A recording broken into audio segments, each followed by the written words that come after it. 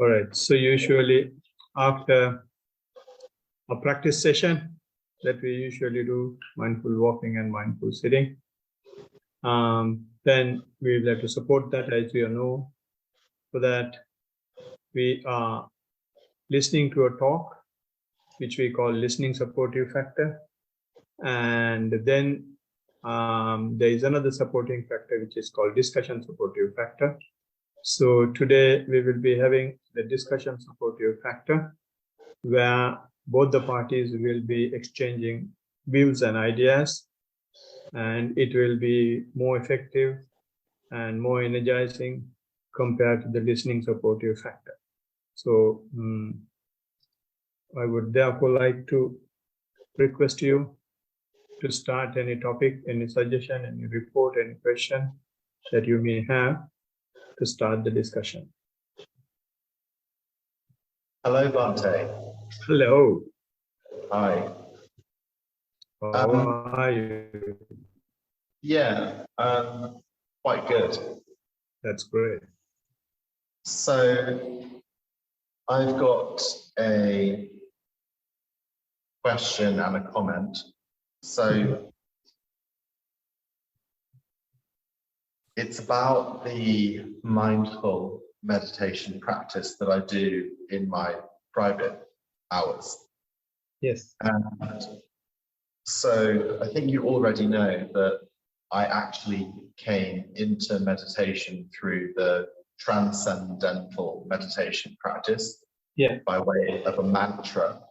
Yeah. So that was my first introduction. And that was very opening. Yeah. And then when I came here for the first time and I did the mindfulness practice, that was also very opening. And I noticed the very night after, an extraordinary energy process started to begin within me, which was peaceful and relaxing. But I have a problem, and the problem is that ever since finding out about mindful meditation, I got so excited about all of the different kinds of meditation that exist. So then I researched visualization meditation. And so now when I meditate, I just do so many different kinds all at once. And that's all very well and good, but it's too chaotic. And so I just try to stick to one. So I try to stick to transcendental meditation, and I find I'm able to, but it's not as effective. And then I try to stick to visualization meditation, and that's quite useful. But the annoying thing is that the most difficult one for me is the mindful one. And it's very strange. Always when I'm here, I can do it. But in my private hours, I just can't do mindful meditation. And so I think, oh, I'll just forget about that in my private hours. Let's do the visualization. Let's do the transcendental mantra. And then because neither of those are as effective as the mindful, then eventually I get frustrated and try to go back to the mindful, and then I achieve it for like 2 minutes.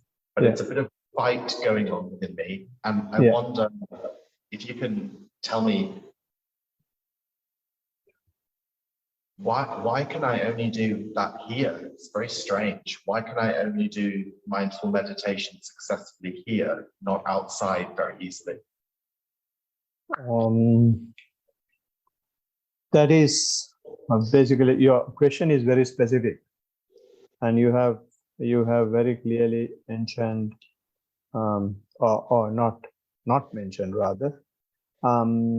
now you are mentioning that the two different meditations are affecting two different places. And I have a counter question. Do you know the difference between the two meditations? Have you, I mean, you slightly mentioned, but have you clearly seen the difference between the two meditations? Do you mean the difference between the walking and the sitting? No, difference between transcendental and the mindfulness meditation. I know the difference in the practice, and I also know the difference in the feeling experience.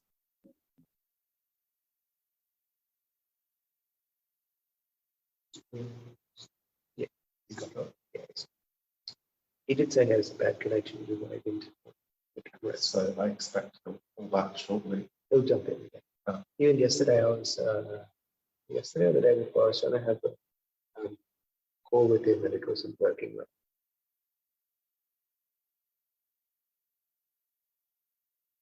Hi, Bhante. Sorry, can you hear me now?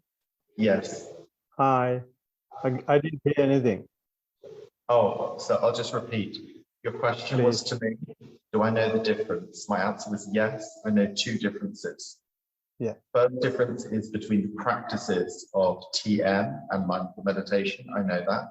I also know the differences in the feeling experiences between the two practices. Okay. So can you tell me what they are? Shall I describe the practices? Yes. So the TM practice is a Repeating a mantra. repeating a mantra in a Yeah. And I'll stop you there. And what does it do? It takes your mind just to what you are repeating. Yes, it focuses the mind. Yes. And yeah, that's the specific word. And in mindfulness meditation, what do you really see, or what happens there?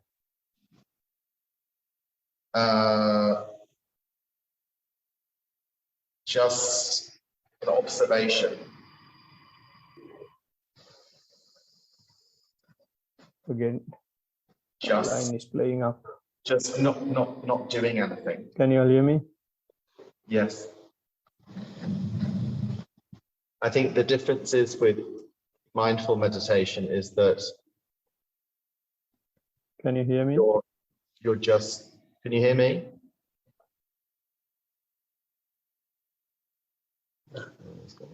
Yes, yes. Yes.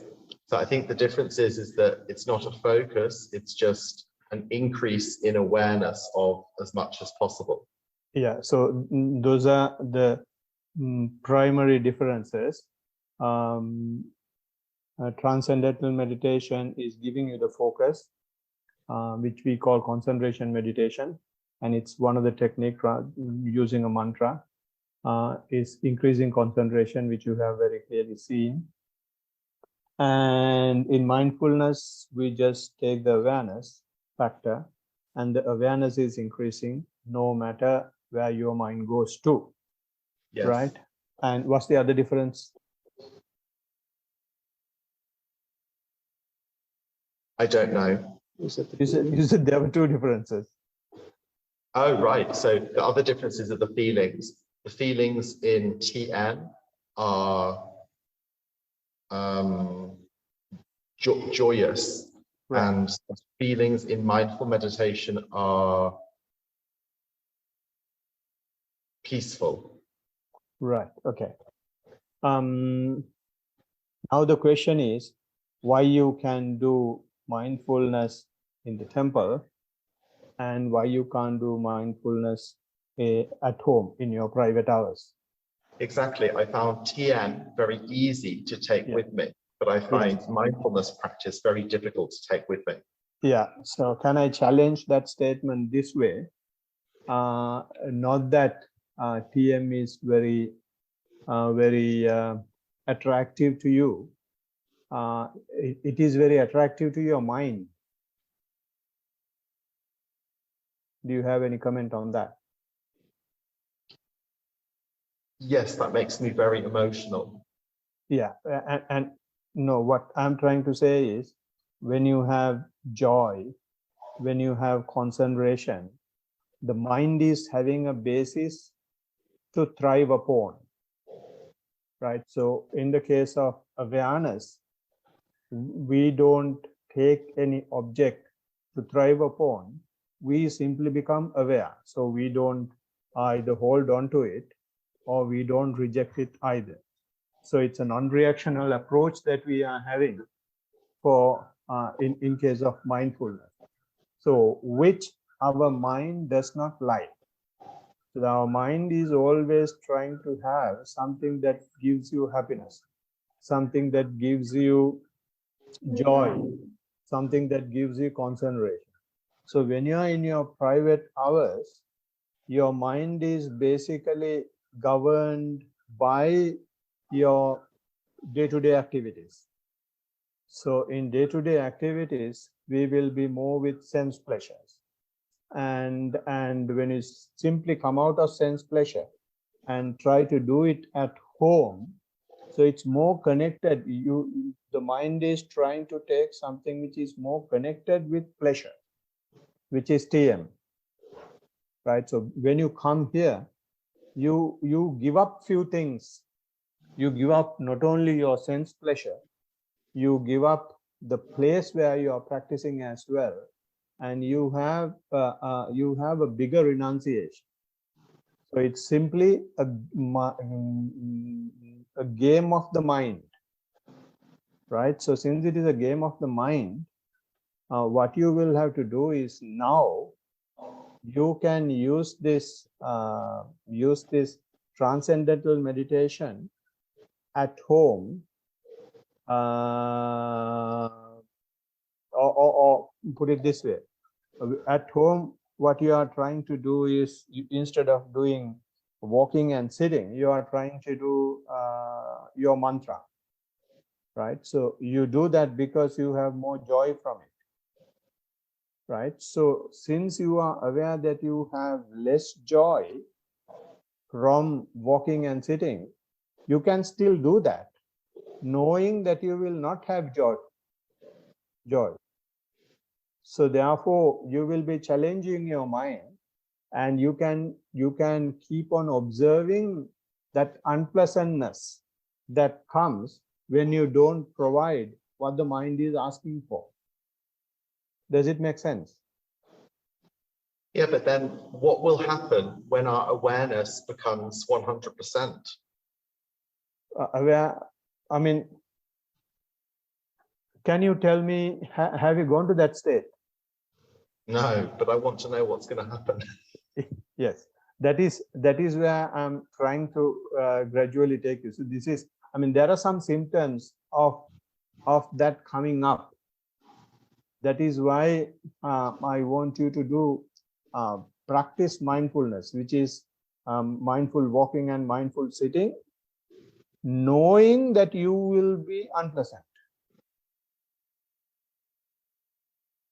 right? Because now you are challenging the joy that you will have from TM. So you have said doing mindfulness is more peaceful and not joyous. So you're challenging the joy with the peace. So with that challenge, you have a challenge as well, either to look for pleasure or be aware of unpleasantness, right? So if you can become aware of unpleasantness, then there is nothing to make you unpleasant. This unpleasantness is coming because you are challenging the pleasantness that you have seen in your TM. And mind is trying to hold on to it.